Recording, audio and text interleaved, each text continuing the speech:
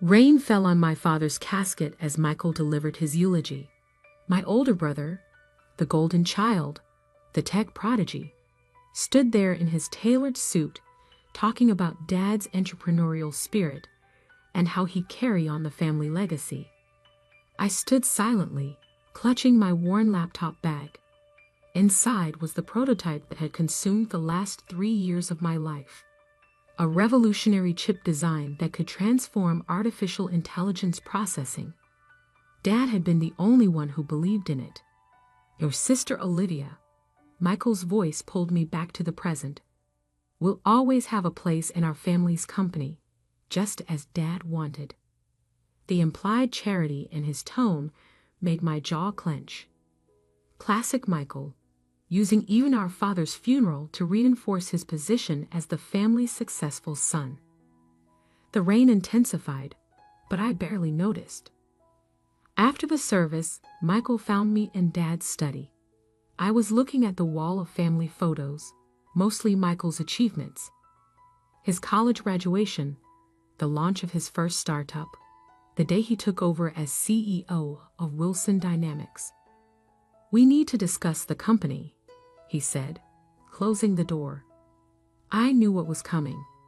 Dad had left his 30% stake in Wilson Dynamics to be split between us.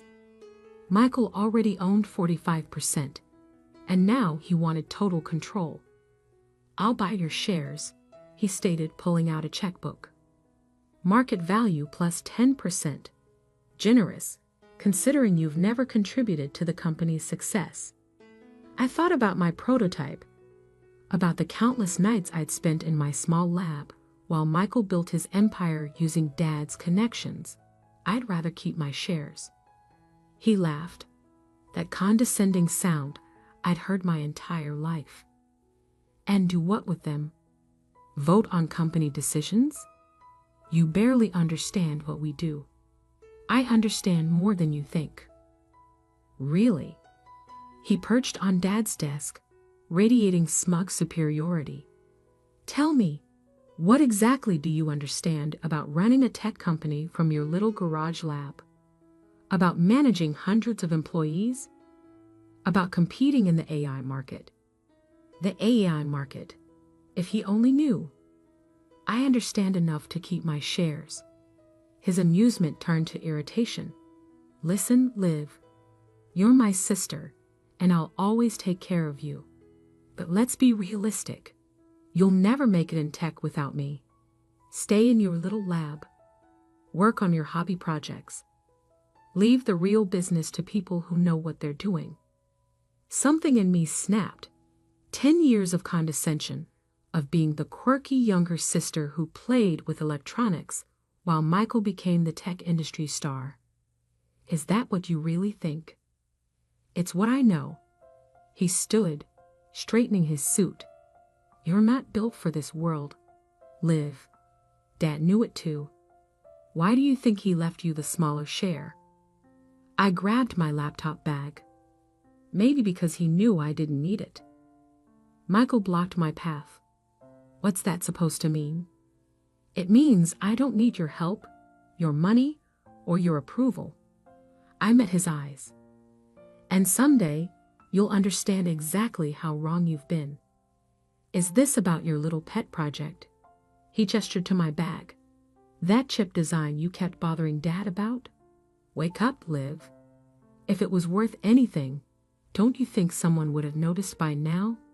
I smiled, remembering Dad's last words to me. "Patience, sweetheart. Let them underestimate you. It's your greatest advantage." "Someone to notice," I said quietly. Dad noticed. He helped me file the patents 6 months ago. Michael's expression flickered. "Patents? International coverage. Core technology for AI processing architecture." I stepped around him. "But don't worry about it. It's just a hobby project, right?" "Wait." His voice had lost its condescension. "What exactly did you patent?" "Stay in your little lab," I quoted back to him. "Leave the real business to people who know what they're doing." I left him standing in Dad's study, surrounded by his own achievements, finally showing the first hint of uncertainty I'd ever seen in his expression. That night, in my little lab, actually a sophisticated workspace I'd built in a converted warehouse, I reviewed the final prototype tests. The neural processing architecture I'd developed wasn't just an improvement on existing technology. It was a fundamental reimagining of how AI systems could function. Dad had understood immediately. While Michael focused on marketing existing tech, I'd been quietly revolutionizing the foundation of AI processing itself. The patents Dad helped me secure weren't just protective. They were potentially industry-changing. My phone buzzed. "Michael, we should discuss your patents. Dinner tomorrow?" I ignored it, focusing instead on an email from Jessica Martinez at the patent office. Final approval confirmed. Documentation complete. Another message from Michael. "Whatever you're planning, remember who has the resources to actually bring products to market." I smiled, thinking about the meetings I had scheduled for next week. Venture capitalists, tech reviewers, potential partners. All arranged quietly over the past 6 months with Dad's guidance. Going to bed, Dr. Wilson? My assistant Sophie called from the lab entrance. She was the only other person who knew the full scope of what we developed. "Almost done," I replied, making final adjustments to the presentation I'd be giving next week. Just refining some details. "Your brother's company announced their new AI platform today," Sophie mentioned casually. "They're calling it revolutionary." I nodded, unsurprised. Michael always announced products before they were ready, counting on his marketing team to bridge the gap between promise and reality. "Should we be worried?" Sophie asked. "No." I closed my laptop, thinking about the technical specifications I'd seen in Wilson Dynamics' public filings. They're still using conventional architecture. They have no idea what's coming. That night, I dreamed about Dad. Not the sick man from the hospital, but the father who'd first taught me about electronics, who'd encouraged my curiosity, while everyone else focused on Michael's more visible achievements. "Your brother builds on the surface," he told me once. "You build from the foundation up. Both have value, but foundations last longer." I woke to 30 messages from Michael, each more demanding than the last. He wanted meetings, explanations, cooperation. The confident dismissal from the funeral was gone, replaced by barely concealed anxiety. Opening my work email, I found meeting confirmations from 3 major tech companies. They'd seen the patent filings. They understood the implications. Michael's last message caught my eye. "Don't do anything rash. We're family. We should work together." I thought about all the times he dismissed my work, all the condescending comments about my little lab and hobby projects, about his speech at Dad's funeral, his automatic assumption that I'd sell my shares, his certainty that I'd never succeed without him. "Working late tonight?" Sophie asked when I arrived at the lab. "Very late," I confirmed, setting up for another round of prototype testing. We'd got a lot to prove. And somewhere across town, in his corner office with its wall of awards and magazine covers, my brother was about to learn that sometimes the biggest threats come from the people you least expect, especially the ones you've spent years underestimating. The Tech Summit conference room fell silent as I finished my presentation. Hundreds of industry executives, engineers, and investors stared at the performance metrics displayed on the giant screen behind me. "These numbers," a senior engineer from Google spoke first. "They're verified? Independently tested at 3 different labs," I confirmed, advancing to the next slide. "The neural processing architecture achieves 400% better performance while using 60% less power.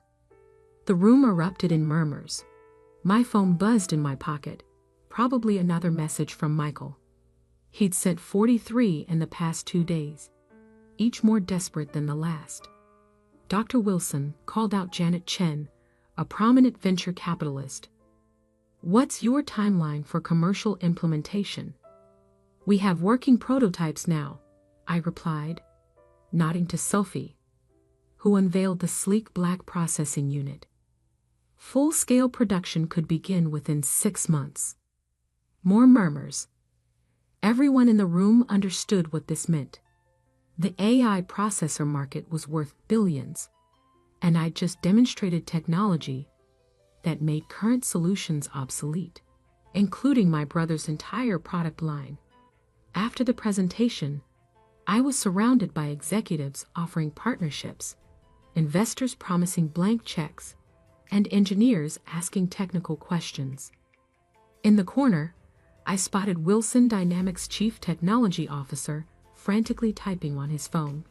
"Dr. Wilson," a quiet voice cut through the crowd. Marcus Zhang, CEO of Silicon Dynamics, extended his hand. "We should talk privately." 20 minutes later, in a secluded meeting room, Marcus got straight to the point. "Name your price. The technology isn't for sale." He smiled. "Everything's for sale. 10 billion? I thought about Michael's words at Dad's funeral, about staying in my little lab. "This isn't about money, Mr. Zhang. 15 billion. Exclusive rights." He slid a preliminary term sheet across the table. "You could fund 100 research labs with that." Before I could respond, my phone buzzed again. "Michael, your presentation is trending on tech Twitter.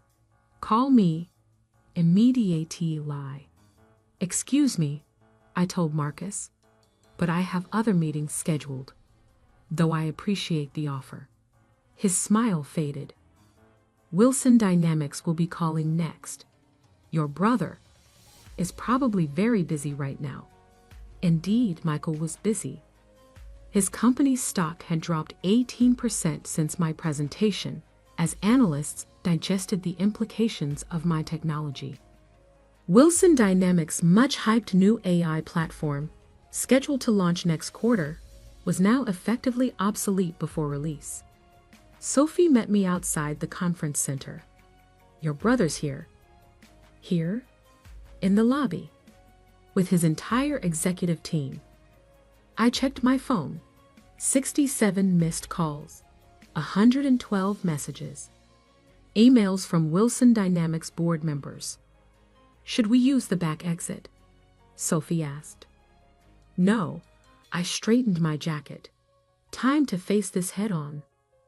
Michael stood as I entered the lobby, his usual corporate polish showing cracks. His CTO hovered nearby, clutching a tablet full of my technical specifications.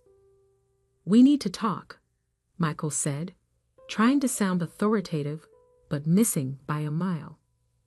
"I'm quite busy." "Damn it, Liv." His composure cracked. "Do you have any idea what you've done? Our stock is in freefall. Partners are calling about contract revisions. All because you couldn't. All because I couldn't what?" I cut in. "Succeed without you? Stay in my little lab? Leave the real business to people who know what they're doing." His face flushed. The executive team shifted uncomfortably. "The patents," his CTO interjected. "They're fundamental. We can't work around them. Every approach we've tried uses my architecture as a foundation." I finished. "Yes, I know." Michael stepped closer, lowering his voice. "What do you want?" "Want to license the patents, to sell them, to," he swallowed, "partner with Wilson Dynamics." I thought about the wall of his achievements in Dad's study, about a lifetime of condescension and dismissal. "I have a meeting with Intel in 20 minutes. I said, checking my watch. Their CEO flew in personally. Intel? Michael's voice cracked. Liv, we're family. You can't. Family? I laughed. Now we're family. Not when you tried to buy my shares for pennies. Not when you mocked my work. Not when you used Dad's funeral to emphasize my supposed inadequacies. His executive team was openly staring now, seeing their invincible CEO stripped of his arrogance. At least talk to our board, he pleaded. They're meeting emergency session tomorrow. Can't. I'm having lunch with Apple's acquisition team. I started walking toward the elevator. Though I heard Silicon Dynamics made an interesting offer. Michael grabbed my arm. You would sell to our biggest competitor. I haven't decided to sell to anyone. I pulled free. But isn't this what you wanted? For me to learn about real business. The elevator arrived with a soft chime. Sophie held the door as I stepped in. Liv, please. Michael's voice had lost all its corporate authority. Everything I've built was built on assumptions. I finished as the doors began to close. About me. About my work. About who gets to decide what success looks like. The last thing I saw was my brother's face, a mix of desperation and dawning comprehension that his dismissive little sister now held the power to reshape the entire industry. The next week was a blur of meetings, demonstrations, and increasingly dramatic offers. Wilson Dynamics stock continued to fall as more technical details emerged. Analysts called my architecture a paradigm shift. Competitors circled my brother's company like sharks scenting blood. Your brother's board called again, Sophie reported one evening as I reviewed licensing proposals. They're discussing removing him as CEO. I nodded, unsurprised. Michael had staked everything on his AI platform launch. Now it was worthless before it even hit the market. There's also this. She handed me a magazine. The cover showed Michael and me at Dad's funeral. Him at the podium, me in the rain. The headline read, Silicon Valley's biggest upset. How Wilson Dynamics missed the future in their own family. They want to know your next move, Sophie added. Everyone's waiting. I looked at the prototype humming quietly on my workbench. Dad had been right. Foundations matter more than surface appearances. Their lawyer called too, Sophie continued. Apparently, their preliminary analysis shows their entire product line might infringe on your patents. Might? Does infringe. Significantly. She paused. What are you going to do? I picked up my phone, looking at the dozens of missed calls from Michael. Each one a reversal of a lifetime of dismissal. Each one a recognition that the sister he'd underestimated now controlled his fate. First, I said, we're going to let them sweat a little longer. Then? I smiled, thinking about all those years in my little lab while Michael built his empire on shifting sand. Then we're going to teach some people a very expensive lesson about underestimating the wrong person. Because sometimes success isn't about proving people wrong. It's about waiting until proving them wrong hurts the most. The Wilson Dynamics boardroom looked exactly as I remembered it from childhood visits with Dad. All mahogany and leather, designed to intimidate. But today, sitting at the head of the table, while the board members waited nervously for me to speak, the room felt different. Maybe because my brother's usual seat was empty. The patent infringement is comprehensive. Wilson Dynamics chief counsel explained, sliding a thick document across the table. Our entire AI processing architecture relies on technology Dr. Wilson patented. Dr. Wilson, not Michael's sister or Ms. Wilson anymore. Amazing what a few $1 billion in market capitalization could do for one's professional courtesy. To be clear, another board member spoke up. Without a licensing agreement, we can't ship any products. We'd lose every contract. The company would collapse. I finished. Yes, I know. The room fell silent. Through the floor-to-ceiling windows, I could see Michael pacing in his office across the courtyard. He hadn't been invited to this meeting, a fact that must have been killing him. We're prepared to offer significant compensation, the board chairman began. Full market value plus. I've already received better offers, I interrupted. Silicon Dynamics offered $15 billion for exclusive rights. Intel topped that yesterday. Apple called this morning. More silence. The chairman's face had gone pale. But you haven't accepted any offers, the CFO observed carefully. No. Because? I stood, walking to the windows. Michael had stopped pacing, staring directly at the boardroom. Even from this distance, I could feel the weight of his gaze. Do you know what my brother said to me at our father's funeral? I turned back to the board. He said I'd never make it in tech without him, that I should stay in my little lab and leave the real business to people who know what they're doing. The board members shifted uncomfortably. They'd all been there that day, watching Michael dismiss me in front of everyone. Here's my offer, I continued. Wilson Dynamics gets a non-exclusive license to my patent portfolio. You pay market rate royalties, just like everyone else will. No special treatment, no family discounts. But I'm not finished. I held up my hand. The license is contingent on some management changes. Michael steps down as CEO. Immediately, the chairman leaned forward. You want to take over? No, I smiled. I want him to learn the same lesson Dad taught me. Success isn't about titles or corner offices. It's about understanding what you actually contribute and who would run the company. Sophie Martinez will be here in 10 minutes. She's managed my research team for 5 years. She understands both the technology and its business implications. I paused. She also lacks any illusions about her own importance. As if on cue, my phone buzzed. Sophie, ready when you are. One more thing, I added. The company establishes a new R&D division. Real research, not just product development. And it operates independently, without interference from marketing or sales. You want to run it? The chairman asked. No, I want to choose who runs it.